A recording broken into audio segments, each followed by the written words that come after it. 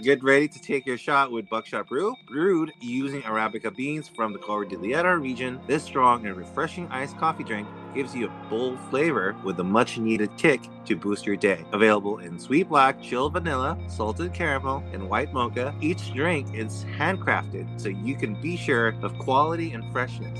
Take your shot now with Buckshot Brew. Okay, so good evening. This is FlipGeeks podcast. I'm Mico and joining with me is Drew. Hello, what's up? This is my first time joining the podcast. We'll be talking about the latest Star Wars outing called Andor, and this show was in the making for so long.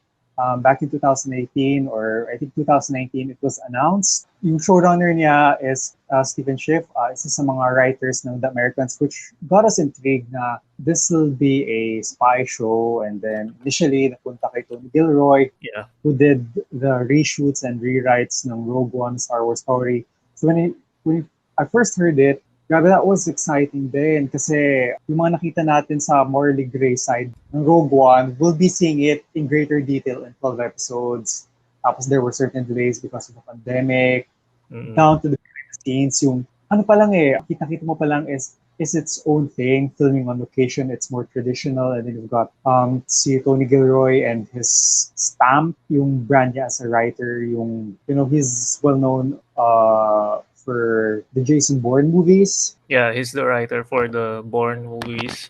And he directed yung the fourth one, Bourne Legacy, I think. I think so. Actually, when it was first announced, out of, I think, because when Disney announces stuff, they usually do it by batches. Like they announce a whole slate of shows that's coming out. So I believe it was announced, back then, kasabay niya yung, like, I think it was Obi-Wan, Ahsoka, mga ganon.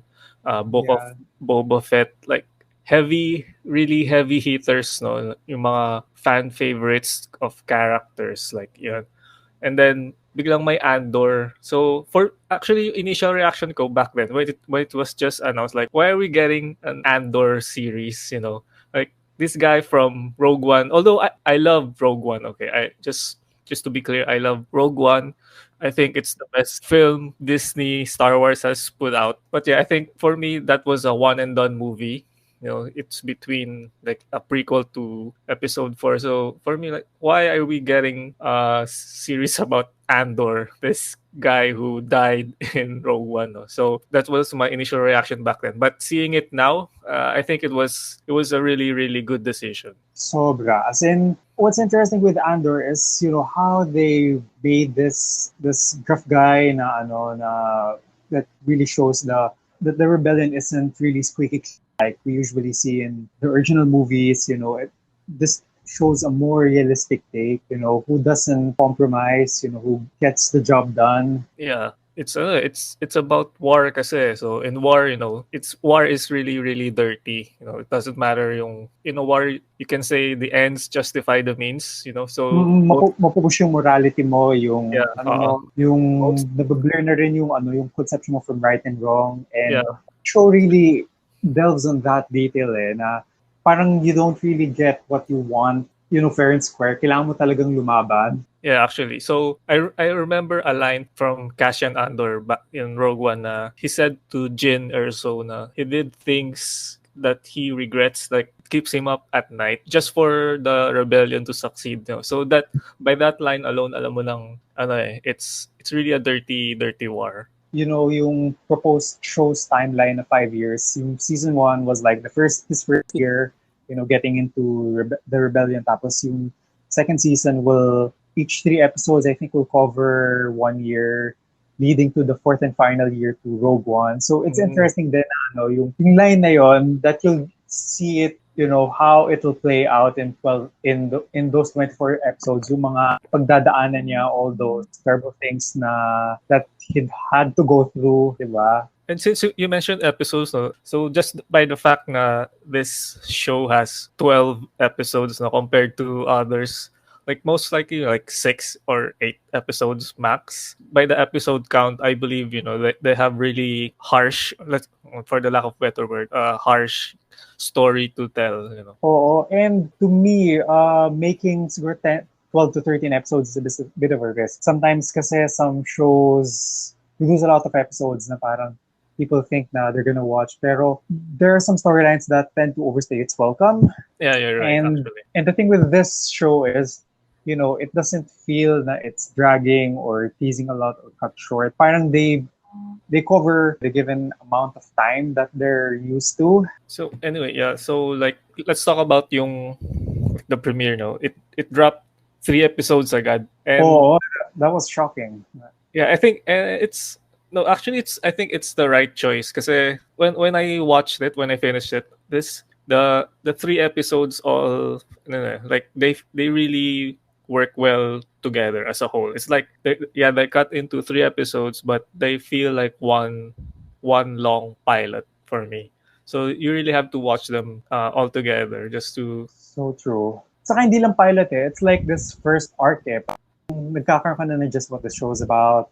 World right, building, the right. characters, the stakes. And what's interesting is dun sa first episode, because some pilots tend to like do a lot of introductions eh. Pero dito, kahit it tends to be slow to some audience, really na how will Cassian take this route where he is now in Rogue One, right? Yeah, yeah, and you're right. It's slow. It's slow, but I think slow is not particularly bad. Especially it has 12 episodes, so I think it has a lot of time to really flesh out everything. Especially now we have good writers like Tony Gilroy and his brother Dan Gilroy. So I think I'm really excited to see where this will go. Yes, and what's interesting with these first 3 episodes that it doesn't really leave you hanging. It has its own arc. Like usually when we see like mini arcs and self-contained arcs, it doesn't feel standalone. Pero it feels contained. Pero it also opens another door to what's in store for the rest of the entire season. Mm-mm. Yeah, And it's not like how do I put this?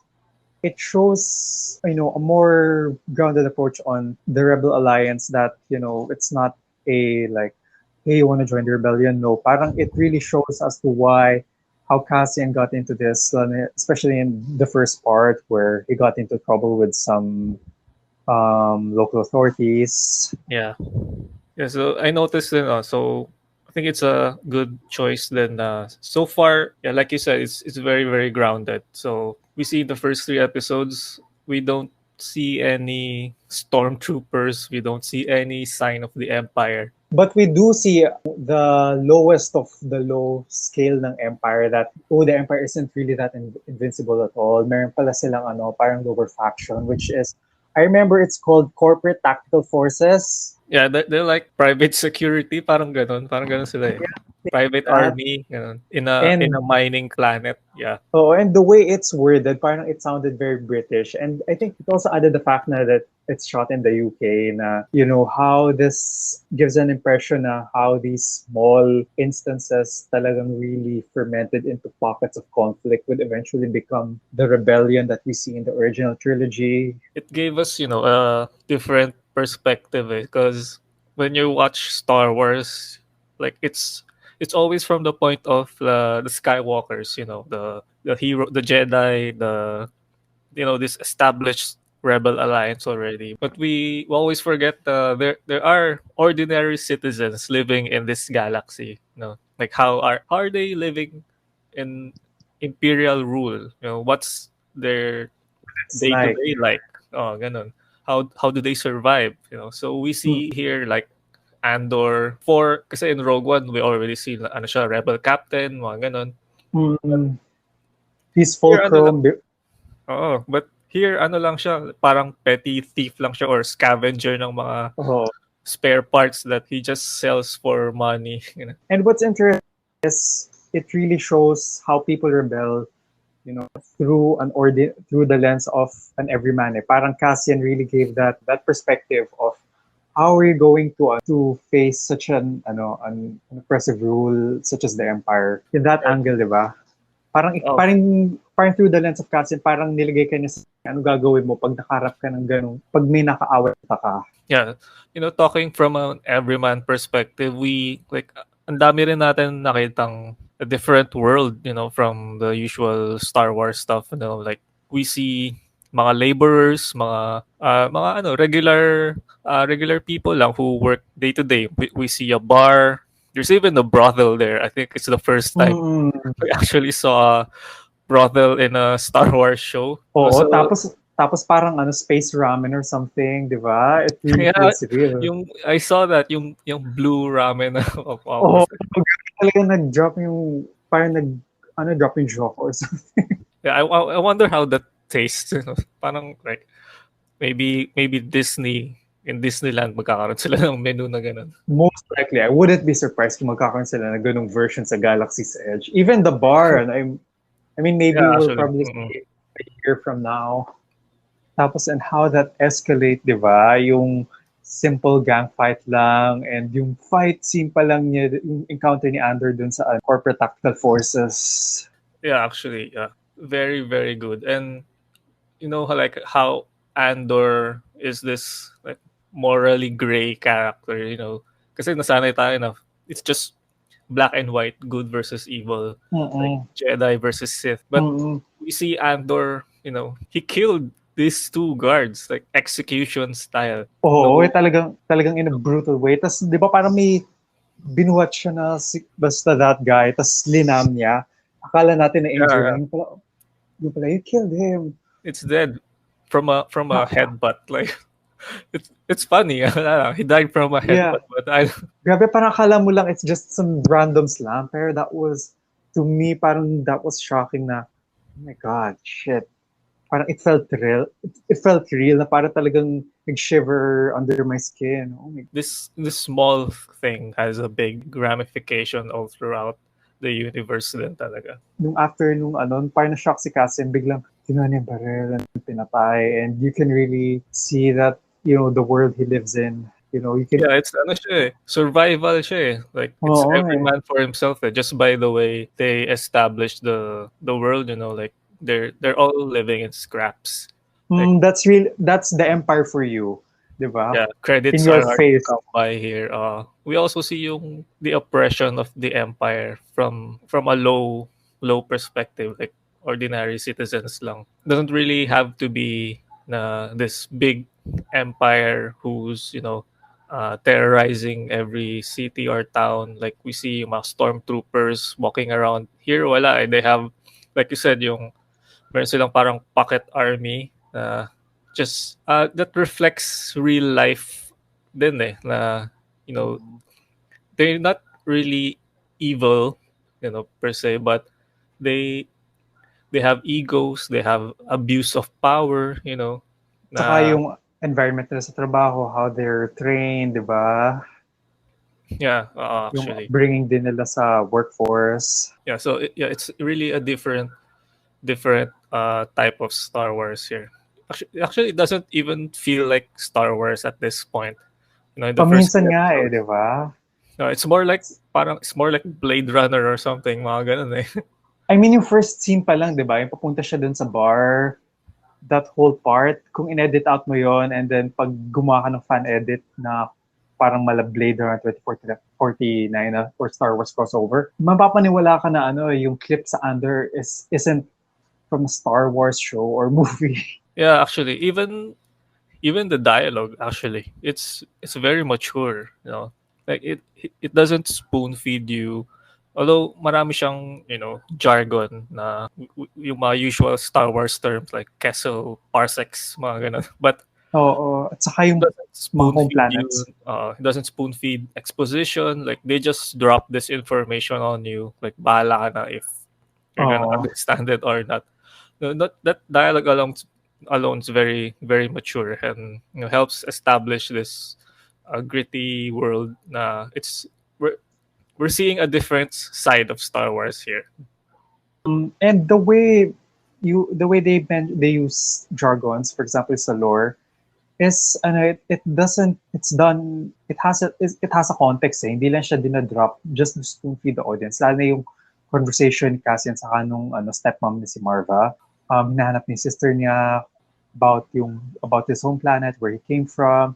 Hindi outright pinakita na na this is where Cassian lives. Parang bringing up lang yon when Cassian's mom asked him where has he been up to lately. di ba? Yeah. So that felt more natural than sa amin sa screenwriting class.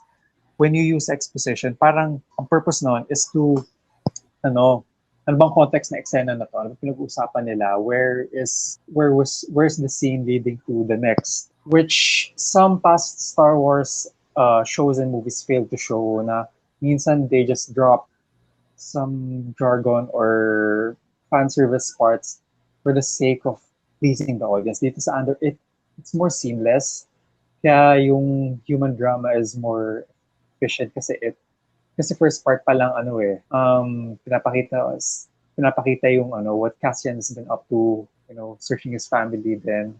Yeah, actually, and the writing's good. It's already established, different relationships. How, just by the way they interact alone, what kind of person Cassian is really. How does he? What's his relationship like with all these people? And from there we can tell na ano siya like more troublemaker. Mm-mm. I mean, that scene alone after the bar, parang that set the whole story na what's to come, di ba? Parang nagkaroon ng domino effect na naging wary na rin yung authority na nagkakagulo na it's becoming out of control and then. Yeah, and yung chief inspector then, I just want to mention chief inspector na he really just want to drop this issue, I know i-pursue. So we see na may mga real life rin talaga siya, real life reflections na it happens yung complacency rin, like we see it in real life, yung mga don't mga ganon. If you see something, say something, but they just want to sweep it under the rug, since it leads to more problems, more paperwork. Which is more interesting kasi sa mga Star Wars movies, for example, yung mga Imperials, when they discover something, di ba parang, send a battalion or like padala ka ng probe droid for that. Pero for this one, parang I was expecting yung boss ng character ni Kyle Soller, yung character ni Kyle Soller would like padala ka ng troops. Pero dito parang nag-subvert which really adds to the point na parang mas realistic na rin. I like that bit. Hindi ko napansin yung part na yun. I think I'll have to rewatch that part. And he is really not trained for this kind of stuff. We see from the first episode na siya, more on office office person siya. Hindi siya field guy. So by the time na we see in the third episode, nandun na siya sa Ferrix planet, hunting Cassian. All the destruction, killings is like it's very, very new to him. He has this shocked face na maybe it will turn out into PTSD, who knows, but he's not ready for this. Yun, I think I remember the name ng character counselor. It's Cyril Karn. Okay, right. Cyril, yeah. Actually, hindi ko matandaan kung nabanggit yung name niya, but yeah. Yeah, I googled it. Yung si Cyril Karn is, pakita mo pala yung dynamics nila at saka ng boss niya, di ba? Yung young na who wants to get his job done and then yung boss niya na matanda na so done with life. Na gusto huwag mo na pansinin yan. Yeah, because I think mayroong parang imperial officers na kagawa ng check or something, like who will do some inspection to their planet. So ayaw na lang niyang magkaroon ng problems pa to deal with. So he just wants to let it go. But Cyril, he pursued it. So and then this happened. And I think some of future episodes this will happen. This will really get the ISB's attention. We see it as hindi lang attack sa local forces, kundi atake din sa kanila. That people are standing up. As Marvel says, it's a reckoning. Yeah. After nalabanan authority, sooner or later, establishment naman ng lalabanan nila. Yeah, so in a way, like he kind of indirectly caused an uprising in Ferrix, and we see na these people are fed up with oppression, but what can they do really? So we see that by this small pockets of oppression that we see throughout the galaxy. And insurrection and these small conflicts rin, Uh, which would also encourage some key players like Sogirera and Luthien come into play. Na, oh my God, parang we can do this, we can pull this off. Tapos the mm, ISB would be really getting wary na, oh my God, if you don't do something about this, yung minensyon mo nga complacency, there would be consequences. and from you mentioned Luthen Rail. Like from the short scene we got, he looks like a really important character, and gusto ko rin talaga si Stellan Skarsgård. So I really want to see where it goes. Yeah, I think we can move to our next talking point. No, let's. How does Andor compare to other Perfect. Star Wars shows? Yeah. Yes. Okay, let's go there. Okay, so in terms of production, di ba, The Mandalorian was the parang that's kicked off the Star Wars Disney Plus shows. Yeah. It boasted the volume, which this large screen that large LCD screen that had AI generated VFX backgrounds supported by Unreal Engine that would cut shorter post production VFX Yeah. workload. It's basically That a give more advanced green screen. You can already, like, instead of green screen yung nasa likod mo, you already see the background of what you're like, the set or your location ganon. But of course exactly. it has limitations pa rin. Oo, lalo na as in Obi-Wan Kenobi. Felt like minsan, parang nasa stage or nasa box. Parang napaka-obvious din. Yeah. And I think someone mentioned it. I forgot who, but it's one of the Star Wars shows. I think in Mandalorian.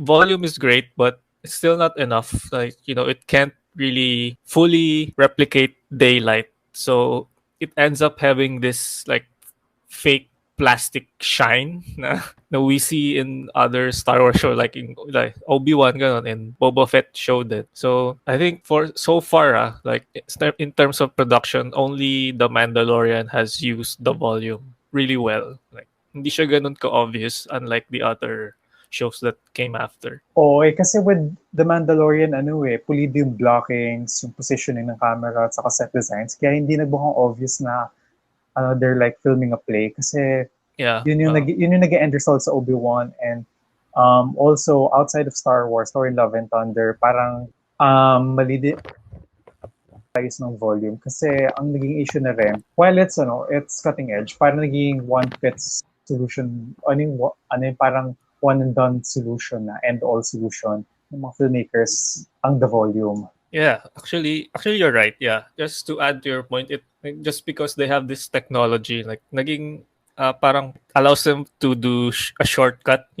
Like since we have this volume, like, we just shoot here, instead of looking for a place, a location to shoot, because well, gets naman it's more expensive to find location, especially now na since nagka-pandemic rin, so it's hard Saka with inflation. it's hard with the restrictions of traveling.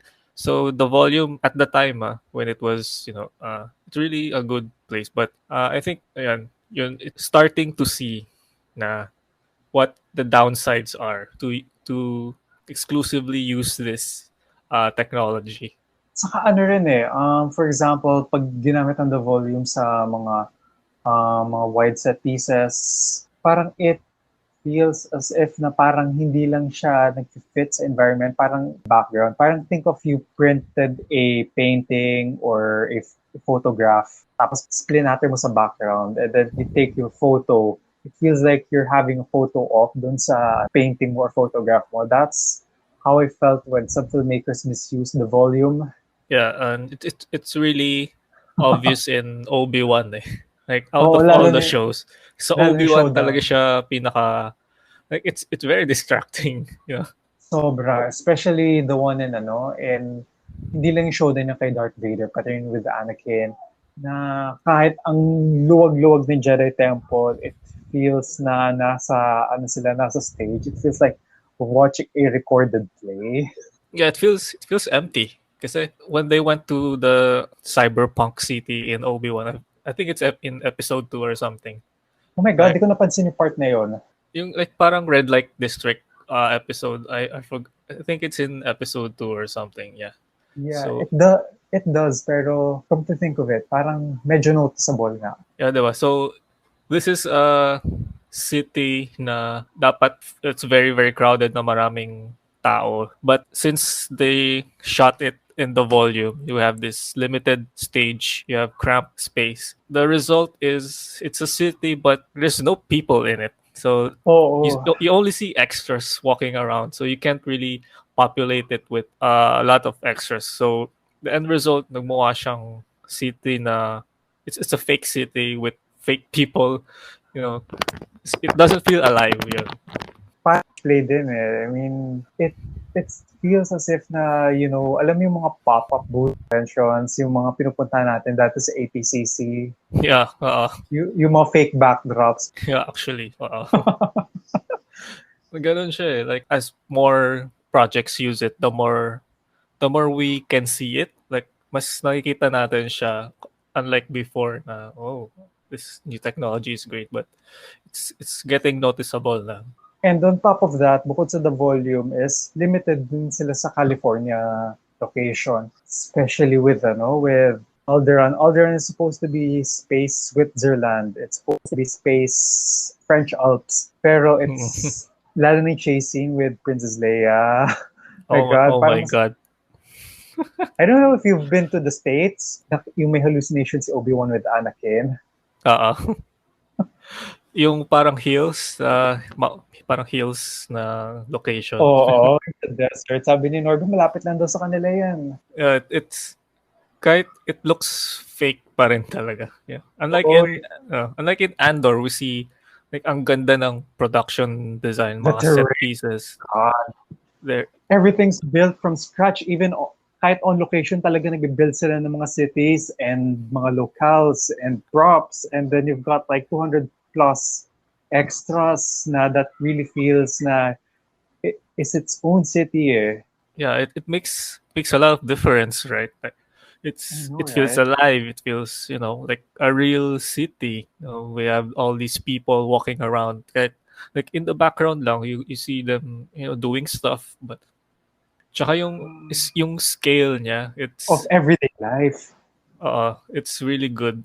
It's visually superior. Like ganun kasi because having a real set din talaga and location helps with blocking your frames, mga ganun. Yung cinematography niya talaga. It pops out eh. Saka it takes a lot of work then, pero it pays off if you really planned everything, if you really pour your work, if you pour resources and your money and the best of the best crew. And there's this one particular tidbit that really got me interested in the workplace ni Cassia, and there's this one big wall of gloves. Oh, and yeah, they're like, I know. That's wow, God, I've never seen this kind of elaborate production design. like it's a great shot, really. It's seeing all those gloves, Kahit ilang seconds lang, talagang nag-pop yung eyes ko. But how marvelous it is. Just a single shot eh. Parang it already established yung what's this city about, like all these laborers, like oppressed by the empire, this in their daily grind just to survive. Kahit yung individual set designs din, lalo na yung coworker ni Cassian at saka yung boyfriend ni Bix. Yeah. Parang it really shows kung how much they're making in a living, di ba? Yeah, actually. Saka ang cute ng mga props. Di ba? Attention to detail din. Yung may coffee din. Parang medyo may pagka-IK yung designs. Parang first time ko nga makarinig ng coffee equivalent sa Star Wars. Yeah, it's pretty cool, right? And, my sex scene or implied sex scene dun. Like, is this a first in Star Wars? Like, I think. Implied sex. Wow. Like, this is really, you're really moving, pushing the boundaries of what Star Wars can be. It's more adult, more mature. Even. Yeah, actually, yeah. When you mentioned it, I've heard shit. Well, meron sa Solo, pero Lando was about to say it. Pero biglang na-cut or something. Actually, yeah, right. Because like when they curse, gumagamit na sila ng made up words like dank ferric or something na ganun. Oh, Or like we hear it in Mandalorian and other stuff. Pero dito oh, talaga like shit. oh, and then the execs let them get away with it, which is pretty awesome. And what's notable then sa show is yung yung pagkakablend na camera work and the action sequences. Kasi ang problem minsan with modern action genre sa movies and TV is they tend to cut a lot. Yeah, you're right. May shaky cam din eh. God, lalo sa Obi-Wan. Yeah, actually, just seeing Vader and Obi-Wan again, it's really really cool. But it's ruined by like poor editing, poor shots, ganun eh. And the fact that it's limited, the fact that that it's shot in the volume, tapos that it's crumpled or cramped, Yeah, something like it's that. very cramped. Diba, it really takes away that that grandiose effect, a grandiose feeling that Kathleen Kennedy has been teasing for a while na parang rematch of the century. Well, there were great moments, pero kahit anong levels and if the set limitations hold you back from that Yeah. experience. I mean, this is Obi-Wan and Darth Vader. Oh, They are Star Wars. They're the biggest characters in the whole franchise. pero going to Andor, yung action sequences pa rin, it's not only the camera, the way how the set Yeah. really plays a huge role. The cinematography is really really great. Like a lot of the shots are beautiful. The way just the framing of the shots, like kita mo yung mga expressions ni Andor, and just like the way he points his blaster to the camera. It's a whole different level than what we've seen. And I think I like the camera that talagang savor the action. Hindi niya pinapalitan yung actually, in fact, bukod sa action scenes, pati yung world building, pati yung mga establishing shots, yung mga wide shots, it really takes the viewer dun sa environment. Talagang binibigay, parang pinapakita yung yung scope, yung what Turks is, what this other planet is. And it really adds to the tension, to the suspense din eh, just by the establishing shots. Saka yung local I mean, in 3 episodes, pakita mo na yung buong Ferrix, from in different aspects, sa workplace, sa repair shop. Kitang-kita mo yung elaborate set pieces. Then it kind of reminded me of those elaborate environments sa mga JRPGs and sa mga open world games. Yeah, most notably din yung arrival ni Luthen dun sa parang airport nila, and yung sumakay siya sa shuttle. And you see this overhead shot of Ferrix. Like you see this vast desert and like slums of different hideouts, houses, and yung parang scrapyard. It's a whole different world talaga. And the fact that worn out na yung factory or yung meeting place nila ni Andor, grab pagkakalagay ng set 'di ba? Parang yung parameters niya. The warehouse. Is that a real set? Alam mo bang talagang real warehouse shot? I think From it is. From the looks of it, it's more practical. Kasi nung nirelease yung BTS video, may nakita akong nagre-rehearse si Diego Luna and a stunt double dun sa eksena na yon. Yung iniilaga nila yung mga yung mga crane. I think those were real. Those were practical effects. Yeah, it really makes a difference, when you use practical sets. It gives then yung environment then on a smaller scale. Tapos lalo na yung nag-start na yung action sequence, yung hinabol na sila. And it's nice how they really use that environment. Gaano kadelikado dun sa lugar na yon, just one mistake. Parang pag nagkamali ka lang doon, parang matatamaan ka rin. It's either gonna get shot by Cyril's men or gonna get hit by one of those falling debris. Yeah, the set pieces talaga, it's it's really good. So I'm looking forward din ako ano pang, we have 9 episodes. So let's see what we've got in store pa. Okay, and from the looks of it, lalo na sa mga trailers, I think we'll see a lot more. And dahil ko yung remark ni Tony Gilroy na iwasan ng fan service as much as possible. Well, hindi naman siya may iwasan, pero the way he uses Star Wars lore na parang it has to make sense din from his point of view din. Parang not just a throwaway part or to tease something na naging habit na rin ng mga recent Star Wars shows na nakuha nila from the past Marvel shows that they keep teasing and teasing up to Yeah. nowhere just to hook the audience. Dito with Andor is everything runs through a well-oiled machine. Kaya yung mga familiar faces, you don't see them as cameos. You see them, having a substantial part whenever they appear. Yeah. So speaking of, that's what you said. So we're gonna see Saw Gerrera in the Oh future, yeah. Oh, and definitely. and Mon Mothma, Oh, an and OG, the OG from OG. the. But this time's gonna be played by Genevieve O'Reilly. So I think we already saw her in episode 3, but I think Rogue One. Pati rin yeah. sa Star Wars Rebels. Right, yeah, right. So Yeah, yeah. this time, but yung mga appearances niya from before, like those are just basically short, like few seconds appearance lang eh. So I hope mas malaki talaga yung role niya dito. I think we're gonna see some course on politics. Fans have been wanting to see the planet post episode 3 and what it's like. Pero from the teaser, parang it shows, it's held by the neck ng Empire. Actually, yeah. So in that topic, so what are we looking forward to? So like you said, so yan yung isa sa mga talagang I'm interested to see in future episodes. How, because we haven't really seen much politics in in the Empire era. Like in the prequels, like ang daming politics stuff. But in the Oh, original trilogy, we don't really see how the world works, how politics work under the empire, So dynamic nila post-Republic, you know. Kasi dati, yeah, back in the days of the Republic, parang how do they operate under the Emperor's rule, di ba?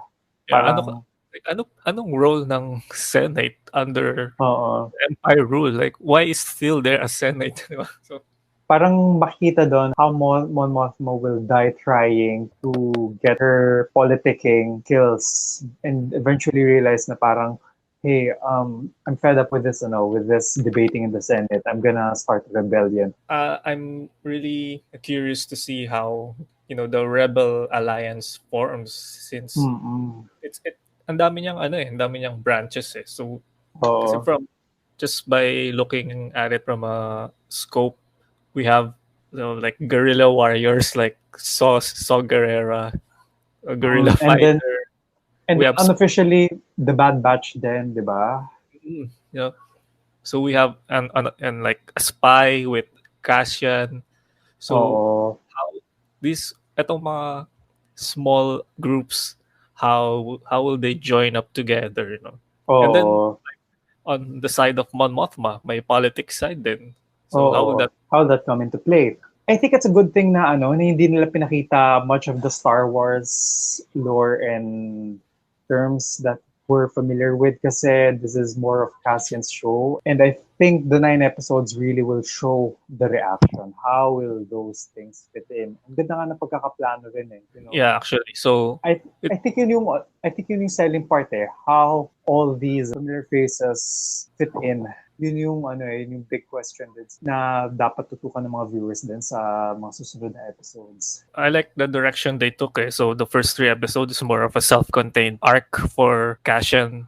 What's his life really like originally? And then like in the future episodes, I think we're gonna see more. Like in the trailers, the Empire has finally noticed the insurgency, and then how will they deal with it? Ganun. Excited din ako how will the ISB play a huge part? How will these familiar Star Wars lore, come into play? I think like one na my final request lang, I think, is minimize the fan service and yung Actually, nostalgic cameos, like kasi in this past year like Boba Fett, Obi-Wan, ang daming fan service eh. And also ang daming things but they can't even name drop Padme. even in like Mandalorian, we got a CGI Luke. As much as I am happy to see Luke Skywalker again, like, do we really need Luke again when we have Ahsoka? And Grand Admiral Thrawn. They just use this show to spin off another show. So we got the Ahsoka show now. So yeah, I just really want Andor to be self-contained as much as possible. I think Gilroy made it clear na he's not really into the fan service and Wikipedia thingy. Pati nga sa Book of Boba Fett, I was expecting na si Crimson Dawn or Kira would make an appearance. Pero that show, I mean, We got Cad Bane there. The return Yeah. of Cad Bane. kulang sa build-up kulang sa story. It's just book of fan service, Yeah, the way I put it. the best episodes don't even feature Boba Fett.